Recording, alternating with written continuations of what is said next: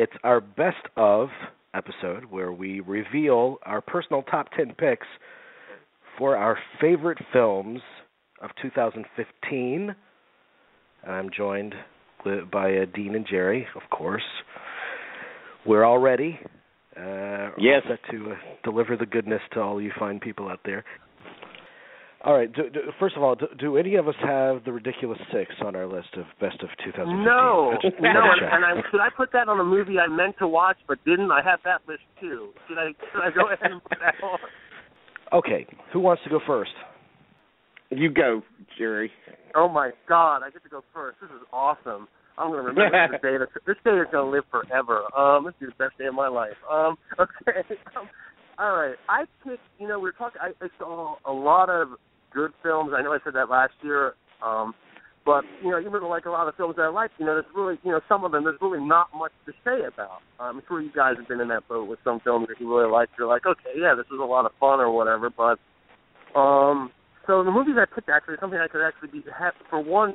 It's been a couple of years since I've really said anything substantial in regards to these lists. So my number 10, going back all the way I think to April, is While We're Young, Noah Baumbach's film. Wow. I did put it on, and trust me, I did agonize on Friday. I was doing this Friday afternoon at work. It was as dead as a doornail. So I had all these yellow legal pads out, and not that no one cares. But I just had all these yellow legal pads out. I was like crossing off things and everything. But While We're Young, so this is the Noah Baumbach film that's sandwiched in between the two Greta Gerwig movies, Frances Ha and Mistress America. Fine films in their own right that are somewhat similar. And that's about the battle of the generations. And I don't think I've ever seen a filmmaker since John Hughes really tackle Generation X as well as Noah Baumbach. And I think While We're Young does this perfectly, not just between Ben Stiller and Naomi Watts couple, but also comparing it to Amanda Seyfried and Adam. The most miserable bastard the most miserable bastard in the Galaxy Driver. Yeah. I'm sorry. I have a lot of animosity towards him. But not only that, but also to Charles Grodin's character. So you have these three generations. I find it fascinating the compare and contrast them and how Ben Stiller's like really trying to be do his thing and be honest and everything. And Adam Driver is constantly, gaming the system and using Ben Stiller and Naomi Watts to really, in the end, get to Charles Grodin. I believe it's Naomi Watts' father in the movie, right? Mm-hmm. It's his father-in-law. So I found that very interesting. I could relate to a lot of this. But I also felt it was a very well-made movie. I can't say that about Mistress America so much. I liked it, but we talked about it on the show, but I really felt this brought out all of Baumbach's strength as a filmmaker, as did Kicking and Screaming, Margot at the Wedding, and especially Greenberg. I just thought this was a wonderful film. Wonderful. He is great at doing this kind of story. I liked the movie, but I wish that it had been funnier. I guess I kind of wanted it to be. I don't know why There's a demarcation line in the middle of the movie where it becomes something quite different than it starts out as, and I think that I spent most of the movie trying to kind of wishing it would go back to what it was. But I also think I need to go and rewatch it again because I do think that it has some riches in it, and I can't deny how great Baumbach is, So may I ask you a question about the humor, though? Would you say that it is funny, but it's like Greenberg, not maybe it goes for this uncomfortable kind of laughter, really, a much more cringeworthy like laughter? Yeah, maybe that was his point in it was to try and kind of juggle those two modes of humor, where the beginning of it is kind of. Is a little bit more accessible comedy than he's used to doing, and so you kind of get into that mode of it, and then it switches over. But maybe that's something that's kind of bold, and maybe I need to go back and take a look at it again. It's still one of my movies that I liked of the year, but I didn't respond to it as strongly as you did. I certainly don't think that it's. I do think that it might be I can't decide which is better, Mistress America or this one, but well, they're kind of the same movie. I mean, the Mistress America, the Greta. I mean, let's be honest. When it comes to, I think the humor that you're talking about, he's able to get that out of Greta Gerwig perfectly in both of those films. Francis Ha, he's able to get that the more like funny. Funny for the sake of being funny almost, even though that is at times uncomfortable if you really think about it. But I know on the surface, though, it's very funny. I mean, she's a very comedic actress. She has some great comedy chops. There's no doubt about that. Okay. Number 10, Dean. Number 10 for me comes from the Ukraine. It's Miroslav Slabosky's movie called The Tribe, which is a tour. Cool. Yeah, it's a tour through the criminal underbelly of a school for the deaf, where a new boy arrives and gets involved in the various dealings with the leaders of the schools. Kind of, I mean, they're out robbing people. They're running a prostitution ring with some of their female cohorts, servicing local truckers, and the boy ends up falling in love with one of the main hookers in the story, and that creates some trouble. It's beautifully filmed, widescreen, with a kind of a constantly roaming Steadicam camera, and also filmed completely without words because it takes place in a school with the deaf. But it also. So this is a movie that I will not be playing an audio clip from during the show. You will not be playing an audio clip from it. Although it's interesting, It also, I should say, it doesn't have subtitles either. So it kind of separates you from kind of relying on words to tell the story. It makes you finally attuned to the sounds that are on screen. I mean, the sounds of the surroundings and the characters that are, with their hand movements and so forth, are creating sounds that tell the story, but without words, of course. And it's just really just something that. When I saw it, even though I do think it's a tiny bit long, it's a little bit over 2 hours, and I feel like maybe it could be cut down a tiny bit, but even with that, I just thought that it was just something that I just never seen before. Never seen anything like it. I'd like to see it. I saw it number one on some critics' list. I'd like to see it. It's gotten a lot of praise. Let me ask you a question, Dean. Would you say because there's not even subtitles for this film? You're saying right?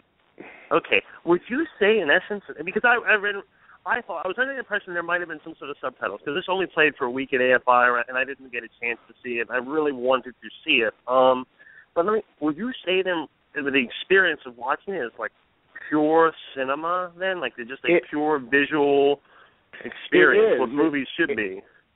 It is. It really is. It really takes you into another world. There is a sort of an adaptation kind of that you have to make for it, and that's challenging in and of itself.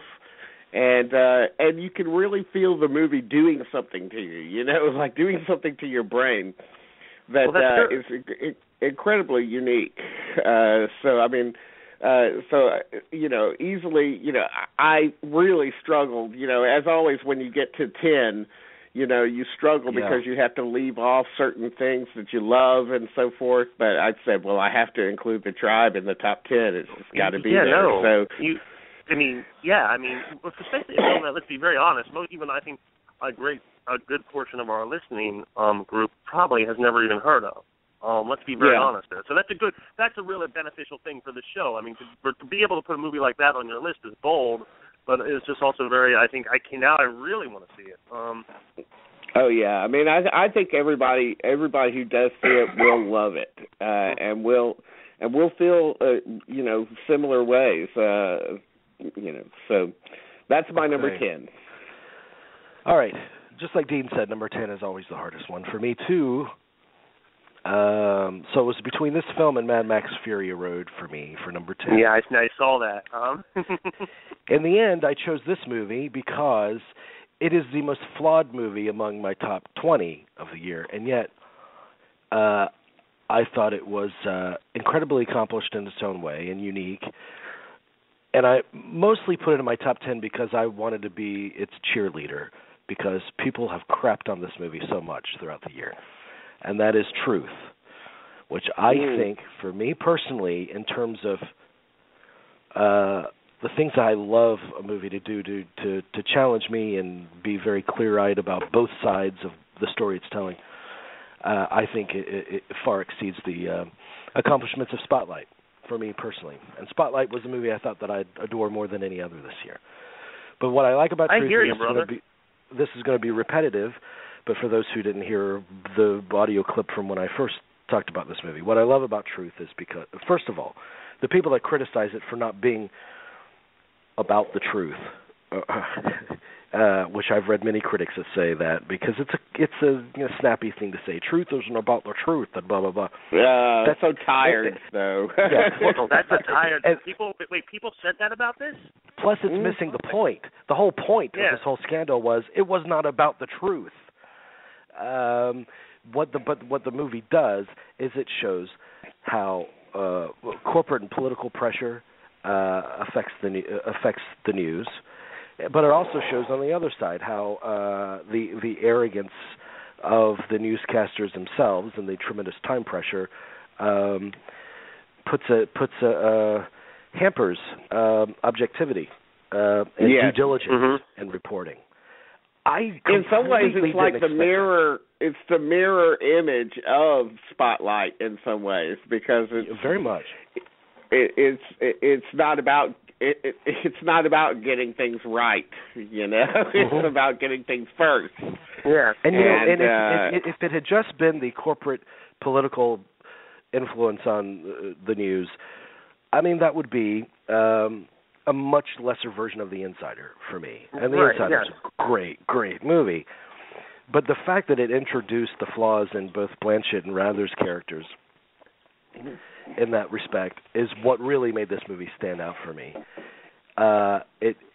So I think it's very rare for a movie, especially one that's probably billed as an idealistic, liberal, we got to get the truth out, blah blah blah, that it doesn't take that path. It doesn't take the easy path. And I think that's what's pissing a lot of critics off about it. So that's my number 10, and I understand the music is terrible.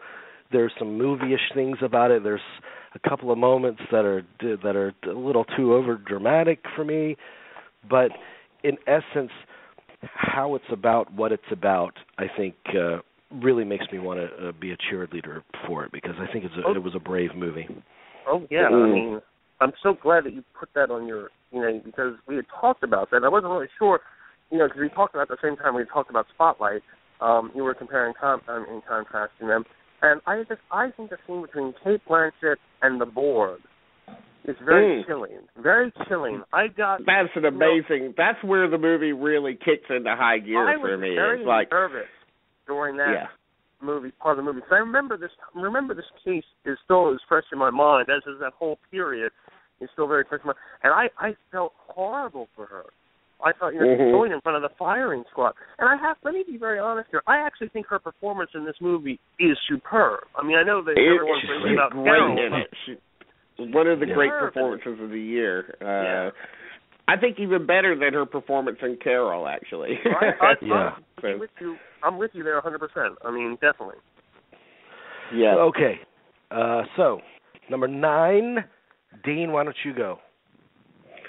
Okay, for number 9 for me, it was James Ponsolt's The End of the Tour, which I found to be one of the great dialogue movies of the year, maybe the best dialogue of the year.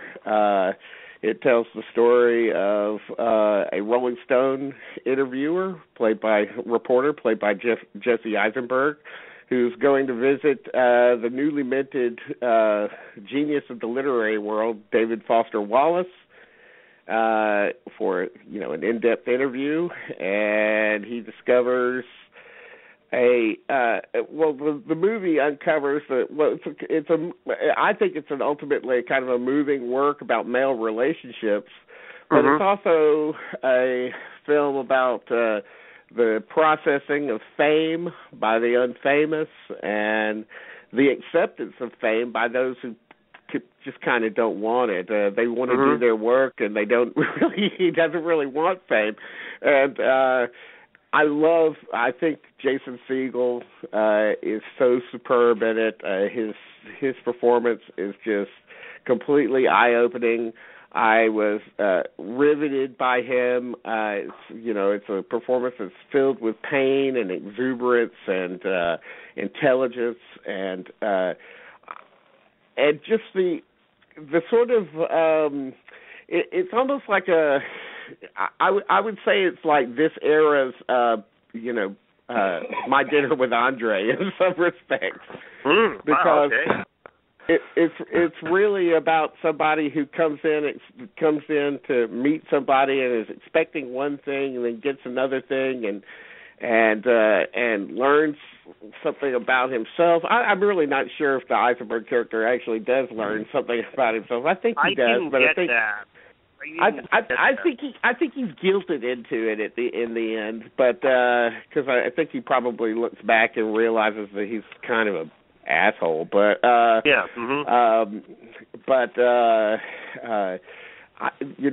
think it's really Jason Segel's performance in coupling with the great script by Donald Margulies that really just propelled it into this spot here. So it's just a great movie, and it's so dense in dialogue in terms of what it's saying that I think that it really requires a couple of viewings to really get it, and I think it's worth that effort to put into it. So weeks ago I was hearing Tarantino talk about Jackie Brown, and they were saying, "What do you say to people that think Jackie Brown is your best movie?" And he said, I'm okay with that." And he said, "Actually, Jackie Brown is, for me, it's one of the great hangout movies." Where you can turn it on and you can just sit with the characters and listen to them talk and opine about their thoughts on the world. And End of the Tour is a little bit like that with me. And what I loved about End of the Tour, particularly, is again the kind of the character who has traits that contradict themselves, because he doesn't he plays off like he doesn't want fame, all the accoutrement of fame, and yet the movie's smart enough to show that there's something about him that yearns for it at the same time. And I thought that was really brilliant, how it did that. And it also does it with his intelligence too. He doesn't want to overemphasize his intelligence so much so that it distances himself from humanity. He does something. It's extraordinary what Jason Segel does, though. He humanizes David Foster Wallace. I mean, not an easy author to read. Certainly, in Infinite Jest is quite a challenge. I don't care who you are, or even the Pale King or whatever, but he humanizes him in a way that is so moving, especially the scene at the end where you see him dancing in the church, I believe. And that's just it's wonderful. a very cathartic, beautiful sequence. At the same time, some people that knew David Foster Wallace have major problems with the movie, particularly at that. They have huge problems. dancing. huge problems with it. So what is the responsibility to getting the whole real David Foster Wallace? I don't know. Yeah, so again, we're faced with movies that are about true stories. Well, how true do they have to be? Well, the fact is that they don't have to be ridiculously true to the actual facts of any situation, but they have to get to the heart of the situation, and this movie does that. So, I mean, I without knowing who David Foster Wallace is really, even through his writing, which I haven't read his writing, but this makes me want to read his writing, and what could be better than that? And that's a good thing. That's a great point. And you know who David Foster, the David Foster Wallace of the movie, in all of his contradictions. So the movie is successful in presenting its portrait of that character. And it's a character, absolutely. And that's the most whether you like it or not, as soon as it goes into the hands of a writer and an actor to portray him, it becomes a character. Yes. I agree. That's a good point, because I see this, especially, with Truth, or with a lot of movies in recent years, we see this criticism, well, that's not how, it's not historically accurate. Let me tell you, some of the greatest movies ever made about real-life events are not historically accurate. Okay? Lawrence of Arabia is not historically accurate. So, what are you going to start shitting on Lawrence of Arabia? Come on. Really. Lawrence of Arabia. There are some you have to for not just for dramatic license, but you can't be so stringent with that. You have to be able to take some. We're not saying make a movie about the Holocaust and say, well, no, only like 6,000 people die. We're not talking about that. We're talking, but you should be able to bet. You should have to make it. Give it some oomph, emotion sometimes. You have to play around with it. It can't be just like, it can't be like basically like a paint by numbers kind of thing. Or else you're going to feel that. You're going to feel, if you try and do the absolute truth of the movie, you're going to take all the guts out of it. You're going to take all the guts out of it. It's going to be stiff. It's going to be lame. It's not going to have an artistic voice to it. So please, enough with these. Thank you. Enough with these criticisms. So. Jerry, you're number 9. Okay, 9. Number 9. We talked about recently, and that would be Youth. Wow. I really did. I really liked it. I think I don't want to go over backtrack too much, but the more I think about it, and we not just Keitel, who I think gives I want to say his best performance. But his best performance, I want to say, since Smoke or City of Industry, and we're talking a good at least 20 years. I think so too. For me, it's just incredible performance. And Michael Caine is wonderful. Rachel Weisz is great. And Paul Dano. The movies, the trailer is very misleading. And when you think it's they're in an old age home or something in Switzerland, and it's not. It's a spa, so that adds a different element to it. But it's just.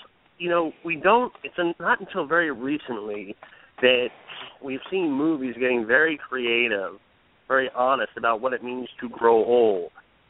And not in a condescending way either. I think a lot of movies can be very condescending. And very generic. Not this one, and not the one with Lily Tomlin and Grandma either. And I know that you like the one I'll See You in My Dreams. You said was very good too. It wasn't like that. Yes. Playing against type. So I think we're on the right track here. But I like this because this is a very honest film. And what going back to the film as just pure cinema, Sorrentino, the first film I see by him is Il Divo, which is really almost plays like a documentary because there's so much talking, so much exposition, fascinating. But then you get to This Must Be the Place, not a lot of dialogue.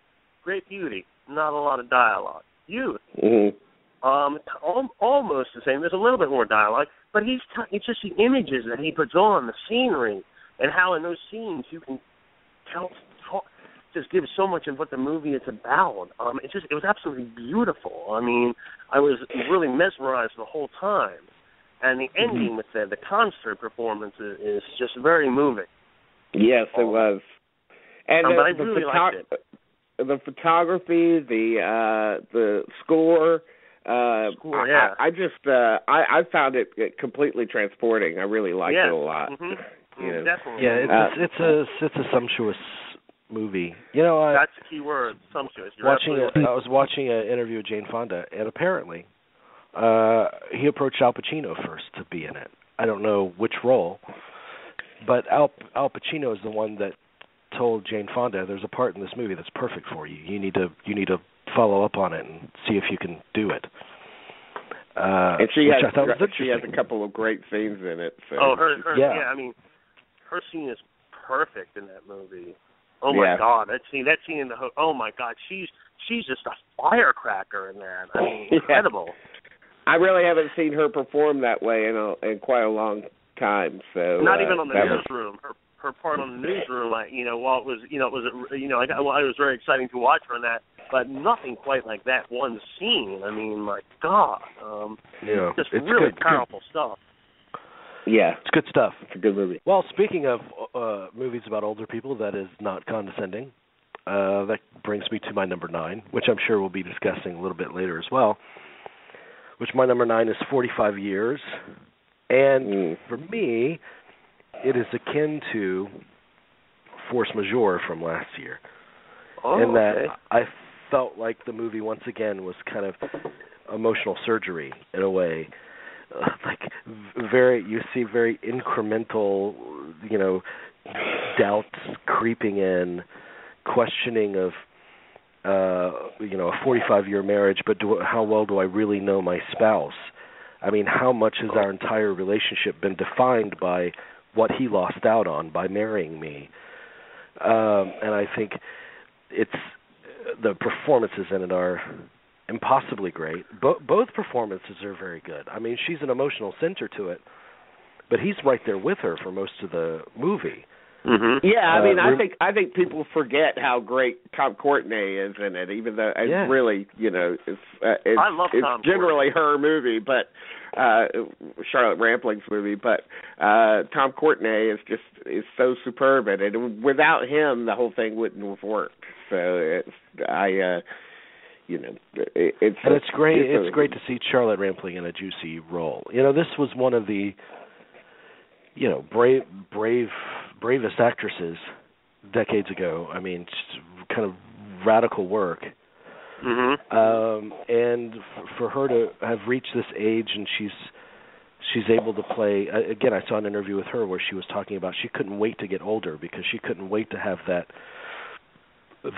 more complete understanding of the world and human nature and that kind of thing. And it shows in a performance like this, which calls upon the subtlety of the most minute little emotional tells. Yes, it's a great movie, and make more movies about older people. I mean, I just don't. I don't understand how this country in particular just throws away older people in every respect, even the stories it tells. When the smartest stories could come from them, the most revealing story. No, you're right. I mean, God, I hate that. I really can't wait to see this movie. It hasn't opened here, but I was at a nursing home earlier today, and Jamie, I couldn't agree. And it talks about dumping people. I mean, so it's we do. I don't understand why there isn't this push in this country, especially with a country that is going to have a massive retirement that's going on right now, where we have a very graying population. Why not make more intelligent films that do condescend? I mean, that aren't the old, the silly Diane Keaton movies, some of them for that matter. Why can't we make more really intellectual, very stimulating films that don't insult us, So. And the movie's not easy. I mean, the movie could have easily been. I mean, for instance, if we're about younger people, it could have easily been so over dramatic. He could have been living this lie for 45 years, but he didn't necessarily live a lie. I mean, it's not about him lying. So it's not easy in that way. But it's just this one kind of cataclysmic event, which isn't all that cataclysmic, but it starts to creep in the doubts and the questioning of, what have I known as the truth of my life? And I think that's incredibly powerful. I mean, so many movies that we've talked about so far are about truth. like the search for truth, the desire to know the truth, and how we go about finding it. Maybe that's a theme. I have no idea. Maybe it very well might be a theme that's running through the entire year in some way. Okay. Well, number 8. I'll move on to number 8. My number 8 pick was one of the most surprising movies of the year. I had no idea that it was coming up, and I had no idea that it was going to be this good. But it is Spike Lee's Chirac, which I think is his most vital movie in years. It's completely poetic, wild, sexy, dangerous. I just, that astounding cast. I mean, astoundingly large cast of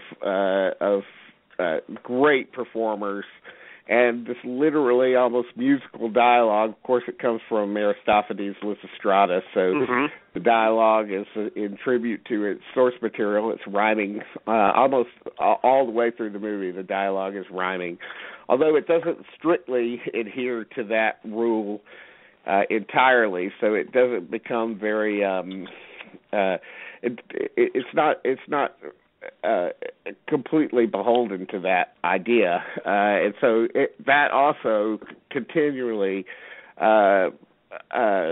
sort of enlivens the movie when the rhyming dialogue pops up. But with all that's going on in it, I just thought that it is very adroit in maintaining its focus on the avalanche of gun violence on the streets of the United States, and in that way it manages to be more insightful than any documentary could be. And also, I just thought that it was extremely funny and creative all the way through. It almost felt to me like a movie that maybe was maybe influenced by those 70s movies like that Robert Altman might have done, or even Mike Nichols, where it gets so wild at some points that you feel like it's going to go over the edge, it's going to go off the rails, and it doesn't. And it's just constantly surprising, ridiculously entertaining about a very depressing subject matter.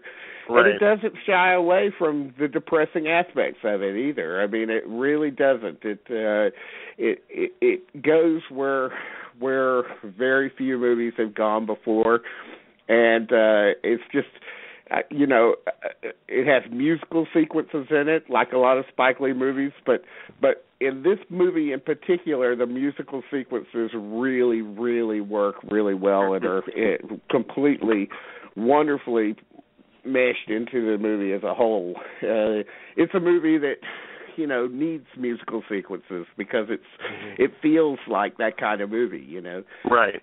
Just a great film all around, and I have to say that the lead actress in it, whose name I'm looking up now. I don't remember it either, but she was superb.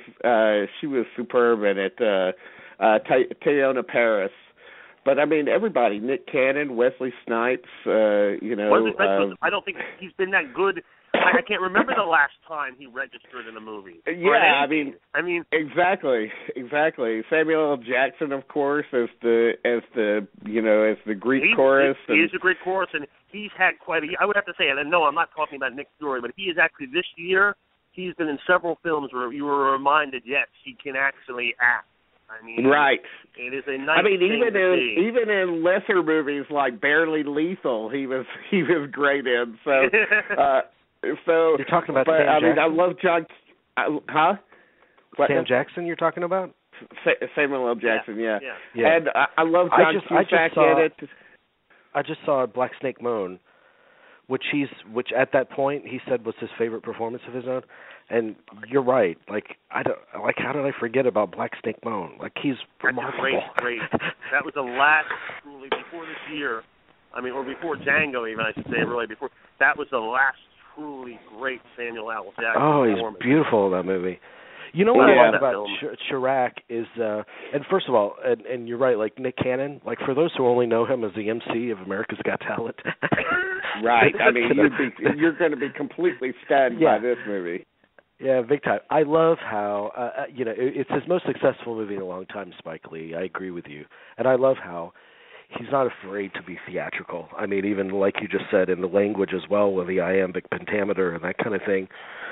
But and that's what people criticize and make fun of him for a lot. And I'm thinking to myself, but the movies that you people go see, the Jurassic Worlds and all that kind of stuff, that's like amusement park theatrical. So why are you keeping, in terms of a drama, why are you imposing some kind of, you must be naturalistic at all costs, or how could that be naturalistic? How is Jurassic World naturalistic? That's on my number one film on Films I'm indifferent about, by the way. But their whole diet of movies are theatrical, and yet they can complain about something like Spike Lee's theatricality when it's actually making a dramatic point. Disconnect. It's like there's some kind of disconnect that happens when the movie is happening in ostensibly a real world with real world problems, as opposed to a fakey world with no real problems. Really, I mean. I mean, when the real problem is, hey, we're cloning dinosaurs. I mean. Yeah, that happens. That's but dinosaurs don't exist, so No, it's a daring movie, and it's definitely a movie that I like a lot. I mean, when Spike Lee, I think there are days, even more so than Scorsese or Tarantino, I think Spike Lee loves movies more than anybody, because you see these influences, very diverse influences in his film. I mean, he really understands the power of movies. I mean, he really does understand the medium just as good as anyone else working today. I don't dispute that at all. And I think this movie has a lyrical intensity, as you said, and has a sense of beauty that I haven't seen from him in so long. It was so completely fresh. It was like, this is the Spike Lee we love, Yes. This is the guy that can make a movie, and every scene when it's coming around, every scene that's coming around the corner, you absolutely never know what to expect. Absolutely. And because it had that kind of intensity, it had to be in the top 10. So that's my number 8. Absolutely. Good choice. Okay, Jerry, you're number 8. Well, my number 8 is we talk about the big spectacle, these theatrical movies like Jurassic World or Avengers. Those movies wish they had this kind of intensity to it. And that's Straight Outta Compton. Straight Outta Compton is sort of like the yes, it does. I won't lie to you. In the third act, it becomes the traditional standard musical biopic.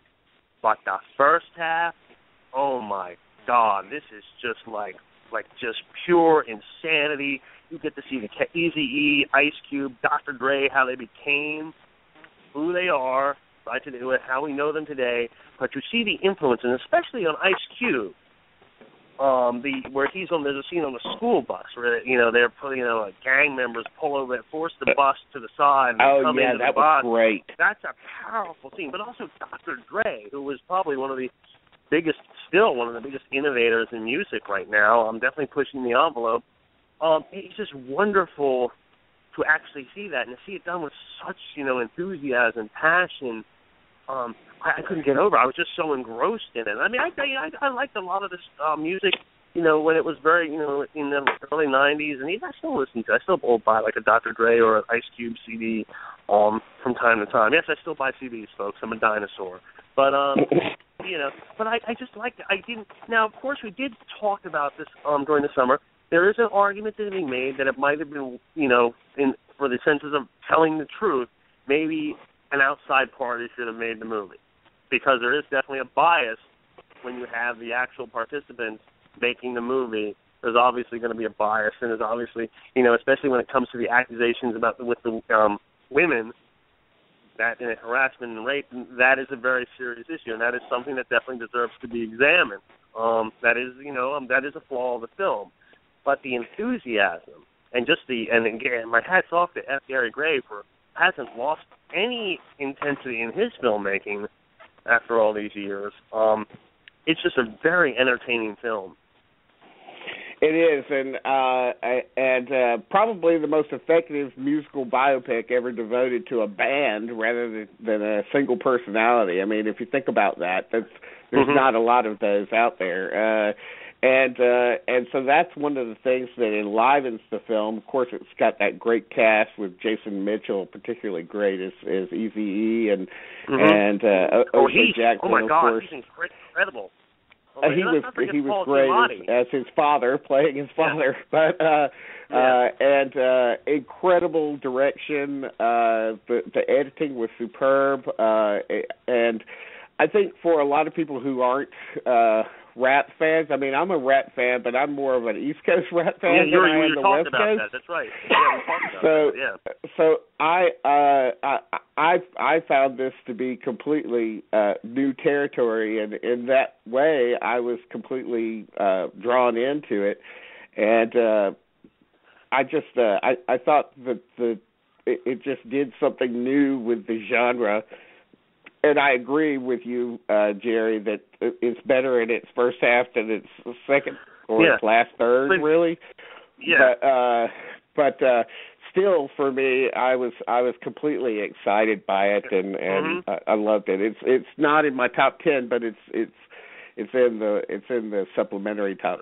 No, of course. The top 20. What does it say though? That Paul Giamatti is the villain in the two musical biopics of last year. I thought he was better in this one. I thought he was better in Straight Outta Compton than in Love and Mercy. But I have to also say something about the lack of material involving their relationship with women. They should have included that. My big thing with truth in movies, to go back to our theme, is that, and I've said it on this show before, but I need to say it again, if the truth can make the movie more interesting as well as more accurate, then it should be included. That's a valid point. And I think that, when deciding what truths to include in movies based on true stories, I think you should find the most fascinating details, things to make your movie more complex, not just more accurate to what actually happened, but more complex and more involving. So in that way, they would have done better to maybe make shine a little bit more of a inspectful light, introspecting light on to their own past. So it's a very valid criticism. I mean, it's an incredibly valid criticism because if you are in charge of your legacy, and let's be honest, that's what this is. This is about making a legacy.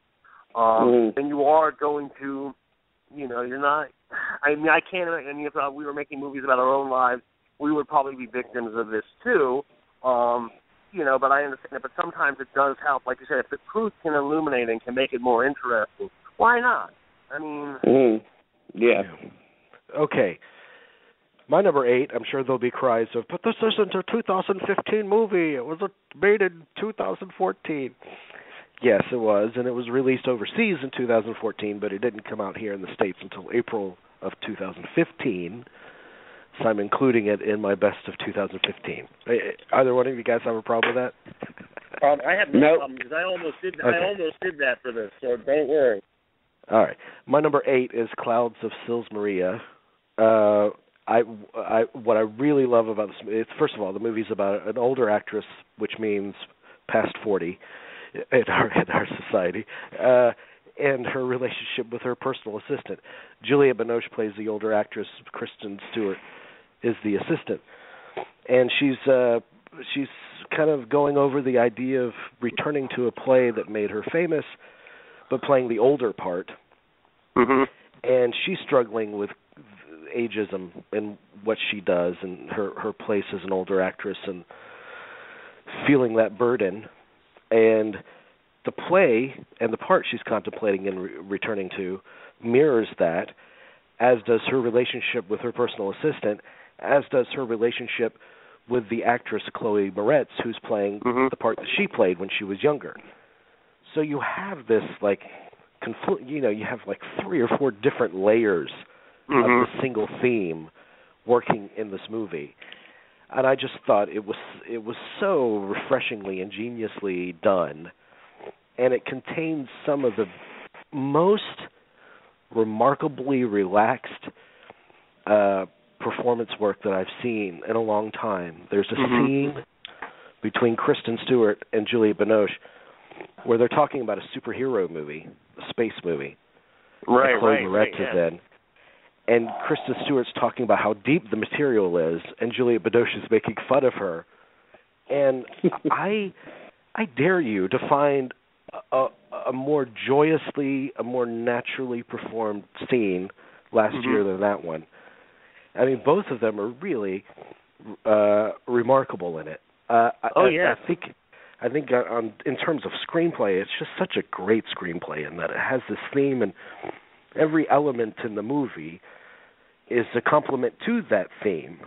I thought it was a great movie and very surprising to me. I thought it would be a fest. I thought but it's Matthew not. Wilder wrote that scene, by the way. I was convinced Matthew Wilder wrote that scene when watching it where she was making fun of the superhero movie. It's a great movie. And Kristen Stewart is so smart post-Twilight. I think that she knew what she was doing with those Twilight movies. She said, this is going to give me a currency for a certain amount of time. And she's taken advantage of that in a special way, and I think she should be commended for that. She has been incredibly adventurous in her post-Twilight career, like doing a variety of unusual work. I even sort of liked her this year in American Ultra to the she was Jesse Eisenberg. Good. The only good thing about that movie, I thought she was the only thing keeping that movie afloat. Yeah, and she is great in the film, and so is Binoche.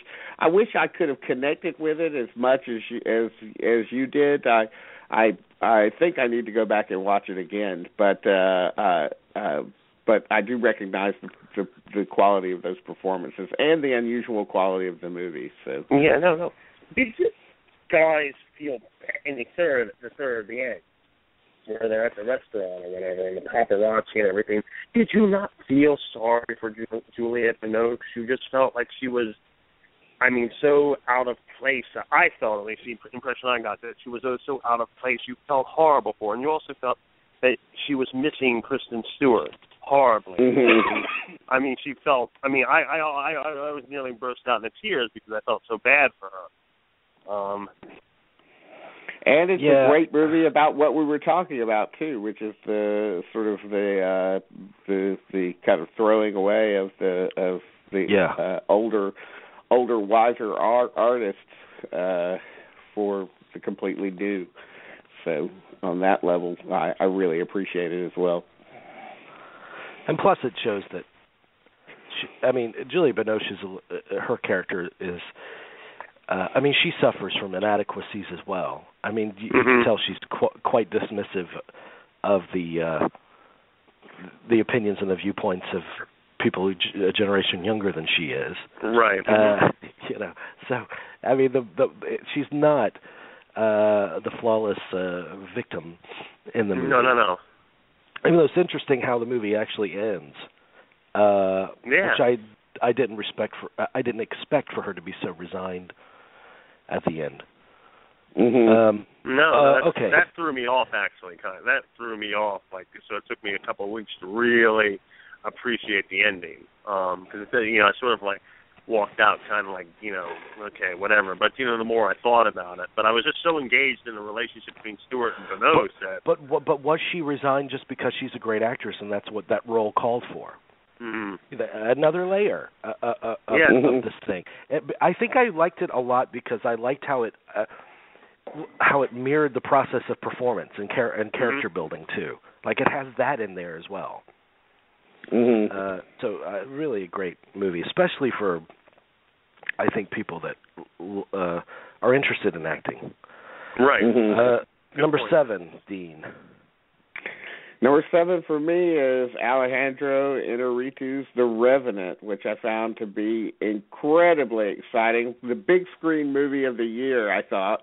An achievement that really makes you feel down to your toes the effort that went into making it. I mean, the tremendous effort that these guys did going out into the wilderness in various countries to piece together this hellish landscape, and then all under natural lighting,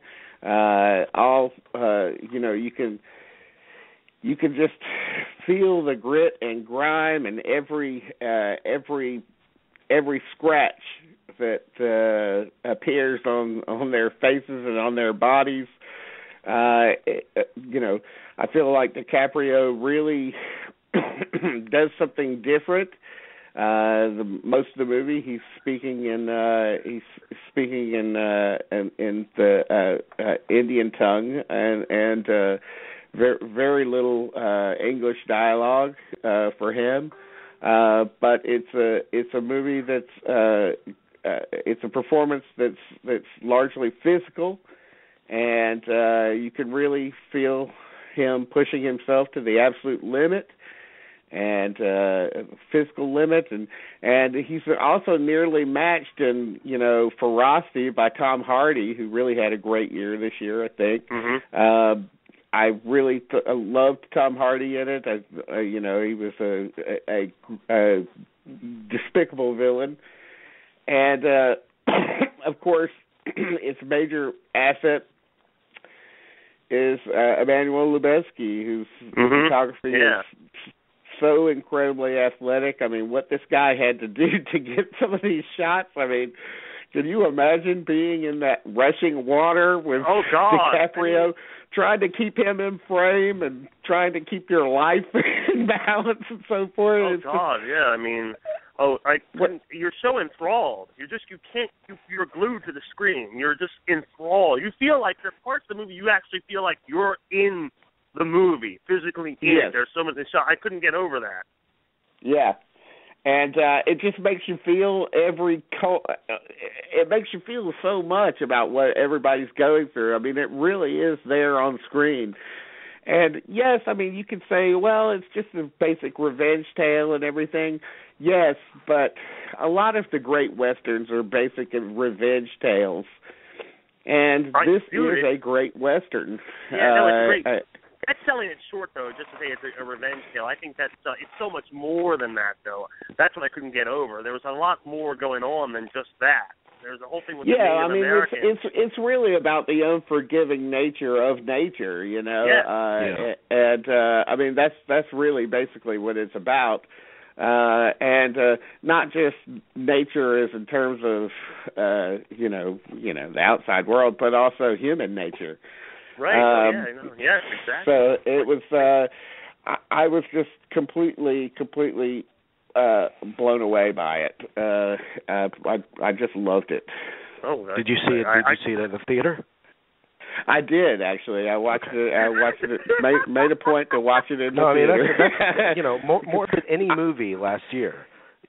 You should see that in the theater. Yeah. See it in. Biggest screen available. That's my number 7 as well, so I might as well go ahead and jump in and just express a couple of thoughts. That's one, the most cinematic experience this year. Yeah. And just it's a movie where the experience of shooting it is in the movie, like an Apocalypse Now is. And I always admire that about movies, where the journey in making it is the movie.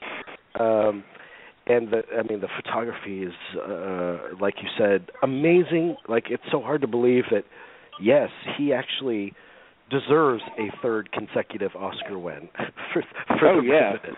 Like, who the hell are you? You can't even get mad at him for denying Roger Deakins a win, really because you're just like, well, how can you argue against it? Yeah, you gotta. It's that. I mean, when I'm watching, I'm just like thinking, okay, Sicario. I love Sicario. Roger Deakins is the star of Sicario. Oh my God, this is even better than Sicario. I'm just like, I'm like, and the movie is stripped down. It doesn't need an excessive plotting because the movie is about making it to that river, making it to that shelter to survive. It's about it's about surviving the complete indifference of the elements. So it's about those little incremental things that you do just to survive. And so in that respect, the movie has more conflict and struggle in it than pretty much any movie this year. Right. Yeah. So I thought it was an extraordinary experience.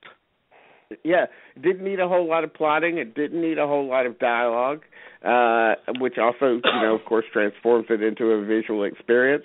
And on a craft level, not just on Lubezki's photography, but also just looking at the details in the makeup and the incredible makeup in it, the costuming. The art, Jack Fisk's art direction, just every single the editing, the sound work was superb. What Inarritu does with sound in it is amazing, and just on a craft level alone, there are not very many movies that can match up to The Revenant for me. Oh God, I think that Inarritu is. With this, yes, I didn't like Birdman, but I don't deny the fact that he's an incredible talent and visionary, that he makes very unique, ambitious movies. Mm-hmm. And this one epitomizes all those great qualities to me. People traveled with him to these remote locations. They had no idea what he was going after, because what he was going after was so ethereal, but they had the patience to stick with him. They rehearsed that opening scene for 3 weeks before they shot it. Wow, and I didn't know that. You feel in that unbroken shot that you're part of this battle, like you're in the middle of this battle, more so than you feel in anything since probably the first scene of Private Ryan years ago. Good the point. arrows coming at you, the sensations of the whizzing by your head, and you feel the danger and the randomness of it all, the abruptness of it all. It's just one great lyrical sequence after another. It's a beautiful movie. Great movie, and a movie that I'd like to go and see again, like almost immediately. Can we go tonight? I just saw it a few days ago, so I only saw it on it's Friday, still fresh. We got the Globes tonight. I know we got the Globes. I know that. I realize that. So we got to get done by 8. Okay, Stubbers. So where are we? Number 6 for all of us? Number 6.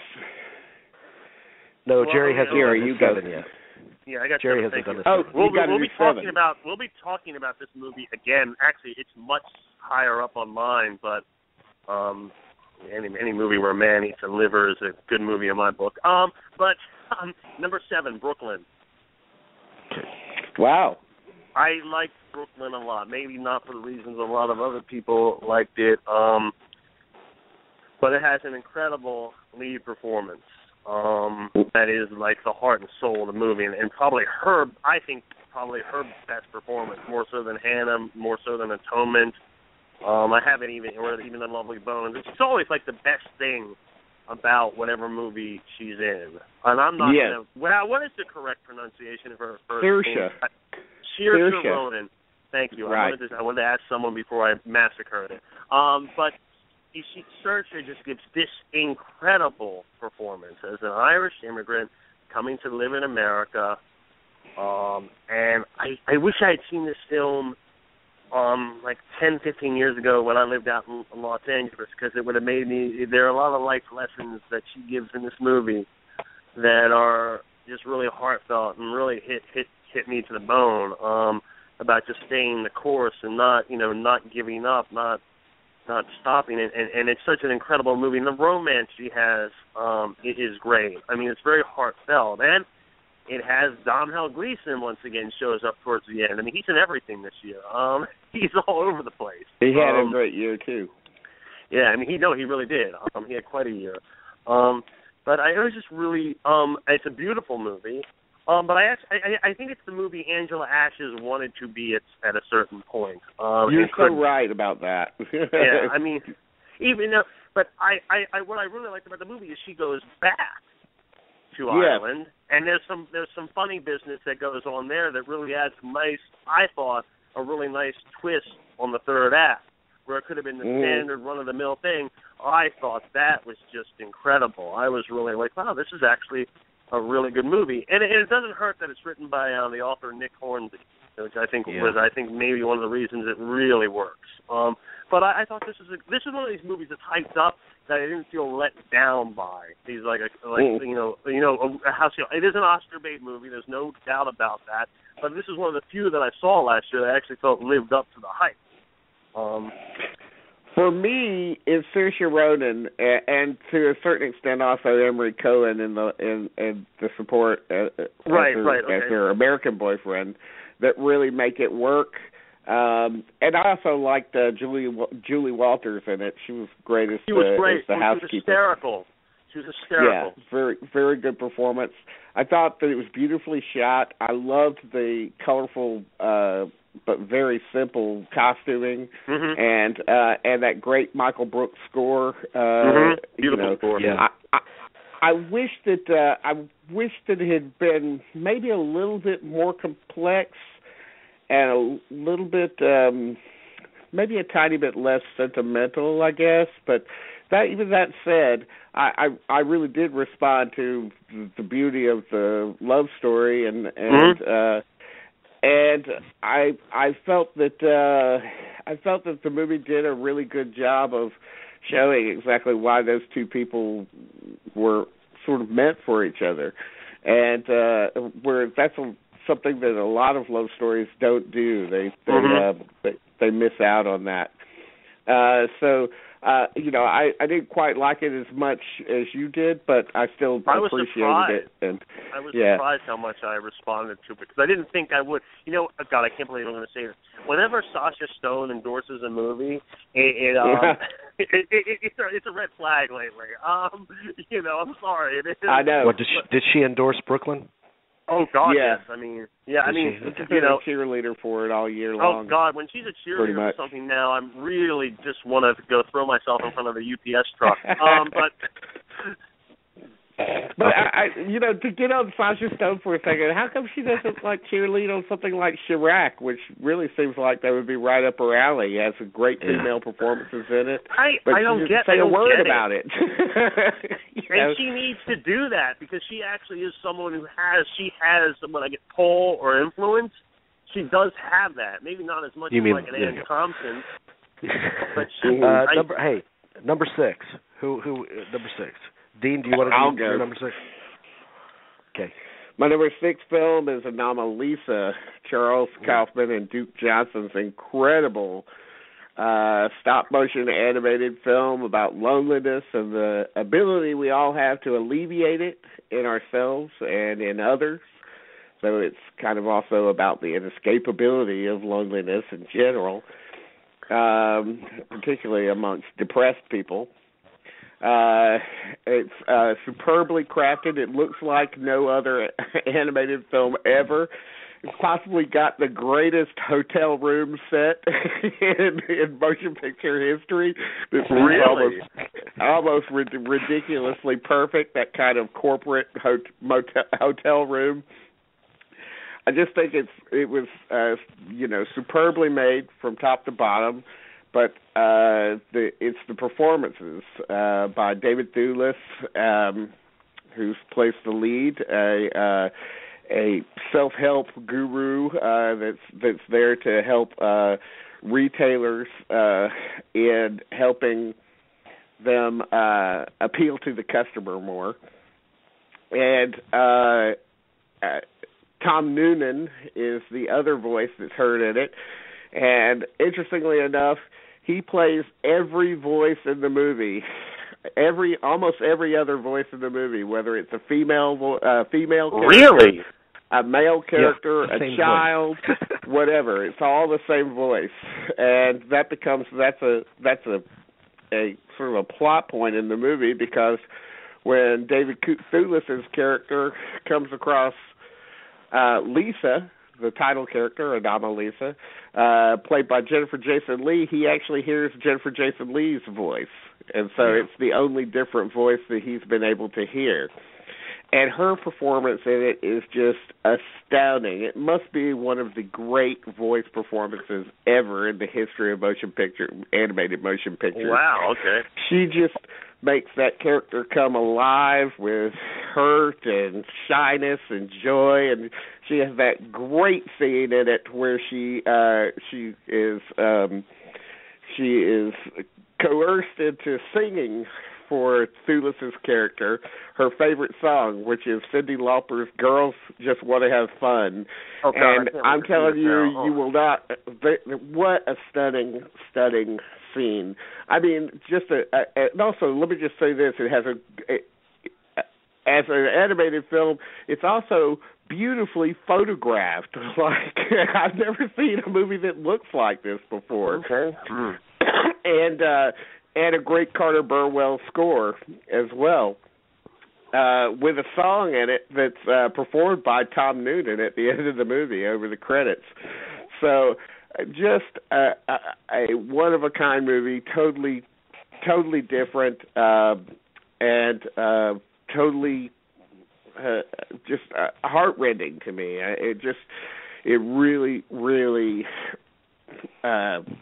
reached my inner core, I think, and there's no way I could not have this on my top 10 list. So Adama Lisa is number 6 for me. And anyone that wants to see the Team America sex scene played straight, I mean, Adama Lisa is the movie. Yes, to check out. Yes, there's a puppet sex scene in it. And a very honest sex scene too, it's like one of the first sex scenes I've ever seen, where like the guy leans on the female and like hurts her hair. Oh, that's my hair! Ow, and all that. Yeah. It has all that awkwardness of. I just want to know what they used for some of those sound effects in those scenes, because. All right, Jerry, what's your number 6?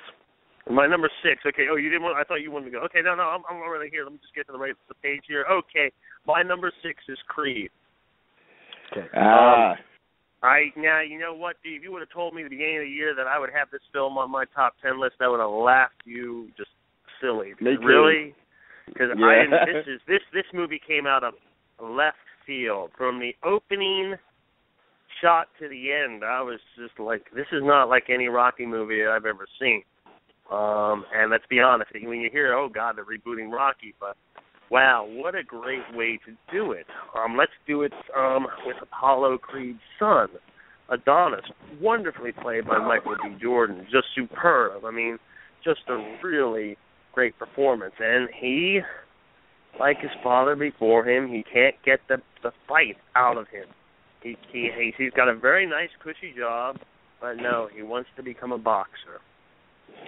And he has to go to the man himself, Rocky Balboa. And I'll be very honest, I think this is the finest version of Rocky ever put on screen. Stallone has played Rocky since the first one. I even think it's better than the second one, if you want to know the. And I like the second one a lot, but I like the second one and the fifth one, or the sixth one, the Rocky Balboa. Rocky Balboa. No, Rocky Balboa is good too. I mean, that has a great line. I still have a lot of stuff in the basement line. Yeah. God, that's a great. When you first hear it, you're like, huh? But everyone is very good. Stallone, Jordan, Tessa Thompson is just great. So I mean, I'm glad to see that she's getting a lot of work. And Ryan Coogler just does a great job just taking over. And I think that's what it needs. Sometimes you in these movies need to step away and let someone else write and direct it. Get a fresh perspective on it. And especially someone like Coogler, who obviously it was ridiculously important for him to do it correctly. Yes. And even though it's basically a basic formula kind of movie, when a formula is done this well, it reminds you why formulas even exist in the first place. Yes, exactly. The editing, the sound, and that great Mary's Alberti photography, that incredible one-shot fight scene that's just one of the miracles of movies this year. I mean, that fight scene is. Oh, the fight scenes are just fantastic. Something that I don't think the series has had. Even Rocky Balboa did not have. I didn't think great, really great fight scenes. But anybody who compare it to the other boxing movie this year, which is not a bad movie by the way, but it's very run of the mill, Southpaw.